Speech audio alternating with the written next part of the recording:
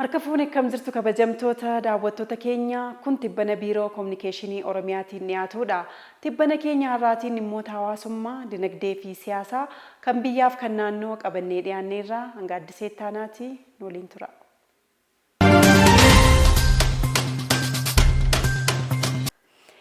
Itoophiyaa fi Ameerikaan damee hubannoo namtolcheetiin waliin hojjechuu irratti mari'ataniiru. Mootummaan Ameerikaatti jilli gargaaraa ministeera itti aanaa Afrikaa giddugala bahaa Maark Minisheeliin durfamu Instituutii hubannoo namtolchee Itoophiyaa daawwateera. Daawwannaa kanarratti Daayirektarri olaanaa Instituutichaa Dr. Warquu Gaachanaa hojiiwwan gama teekinooloojii qorannoo fi guddinaa irratti Instituutichi hojjechaa jiru jila Ameerikaa kanaaf ibsaniiru. Keessattuu afaanota biyya keessaa maashinii barsiisuu fi dhaabbilee haaraa staaraap deeggaruu irratti hojii bal'aan hojjetamaa jiraachuu ibsaniiru. Maark Minisheel simannaa taasifameef galateeffachuun hojii Instituutichi hojjechaa jiru kan eeganii ol ta'uusaa dubbataniiru.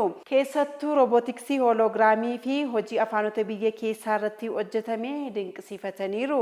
Biyyoonni lamaan damee hubannoo namtolcheetiin tumsaa fi waliin hojjechuu irratti danda'amu irratti kan mari'atan torban kana keessa. Tajaajila lammummaa namoota harka qalleeyyiitti abdii horuun gargaartummaarraa gara oomishtummaatti qabatamaan ceesisaa jira jedhanii obbo Namarraa Bulii. Bulchiinsa magaalaa Jimmaatti sagantaan tajaajila lammummaatiin hunda hammataan gaggeeffame. Dabalatasaa Bushuraalee akka taanutti qindeesseera. Bulchiinsa magaalaa Jimmaatti sagantaan tajaajila lammummaa hunda hammataan gaggeeffame. Tajaajilli lammummaa misooma waloo mirkaneessuun guddina biyyaa fuulduratti tarkaanfachiisuun badhaadhina biyyaa mirkaneessuu keessatti gahee guddaa qaba. Sagantaa tajaajila lammummaa bulchiinsa magaalaa Jimmaatti taasifameenis deeggarsi garaagaraa qarshii miliyoona 63 ol ta'u harka qalleeyyii deeggarsa barbaadamiif taasifameera. Paartii badhaadhinaa damee Oromiyaatti itti gaafatamaan siyaasaa obbo Namarraa Bulii mootummaan naannoo Oromiyaa naannicha keessatti jijjiiramaa fi guddina ariifataa fiduuf xiyyeeffannaa kenname keessaa tokko humna maatii fayyadamuun guddina amansiisaa fi itti fufiinsa qabu galmeessisuuf ta'uu dubbataniiru. Gama biroon humna waloo sirnoomsuun jijjiirama waloo saffisa qabu hojiirra oolchuun badhaadhina hunda galeessa galmeessuuf xiyyeeffannoo olaanaan hojjetaa jiraachuus eeraniiru. Naannichatti waggootan darban keessa hojiiwwan tajaajila lammummaan hojjetaman namoota harka qalleeyyiitti abdii horan gargaartummaarraa gara oomishtummaatti ceesiseeraas jechuun kan ibsan torban kana keessa.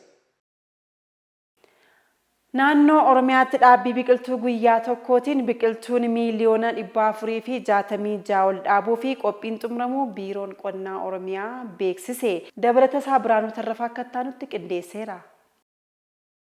Naannoo Oromiyaatti dhaabbii biqiltuu guyyaa tokkotti biqiltuu miliyoona 466 lafa heektaara miliyoona 183 irratti dhaabuuf qophiin xumuramuusaa biiroon qonnaa Oromiyaa beeksise. Hoogganaan biiroo qonnaa Oromiyaa obbo Geetuu Gammachuu dhaabbii biqiltuu sagantaa ashaaraa magariisaa bara kana ilaalchisee miidiyaaleef ibsa kennaniin naannichatti dhaabbii biqiltuu guyyaa tokkotti lafa heektaara 183 irratti hawaasa miliyoona 15 hirmaachisuun biqiltuu tajaajila adda addaatiif oolan miliyoona 466 dhaabuuf qophiin xumuramuusaa kanaafis iddoowwan dhaabbii biqiltuu 4778 adda bahuu fi buufanni biqiltuu 27 irratti biqiltuun biiliyoona 5.3 qophaa'u ibsaniiru. Naannoo Oromiyaatti bara kana biqiltuu biiliyoona 4.8 dhaabuuf karoorfame hanga ammaatti biqiltuun biiliyoona 3.5 lafa heektaara 800 fi 1000 irratti dhaabbachuus ibsaniiru. Naannichatti waggoottan torban darban biqiltuun biiliyoona 28.2 lafa heektaara miliyoona 8.2 irratti dhaabbachuu kan ibsan obbo Geetuun biqiltuun baroottan darban dhaabbatan harka 85 kallate ta'uu dubbataniiru.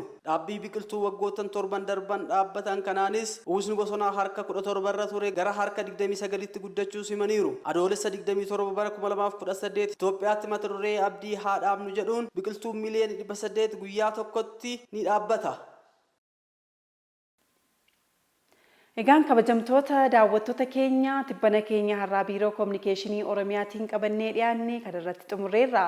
Odeeffannoo dabalataa argachuuf yuutuubii, feesbuukii, teelegiraamii, tiiktookii kallacha Oromiyaa laayik, sheer, kooment, sabiskiraayib gochuun hordofaa isiniin jecha torban tibbana kan biroo qabannee hanga walitti deebinutti nagaan nuuf tura.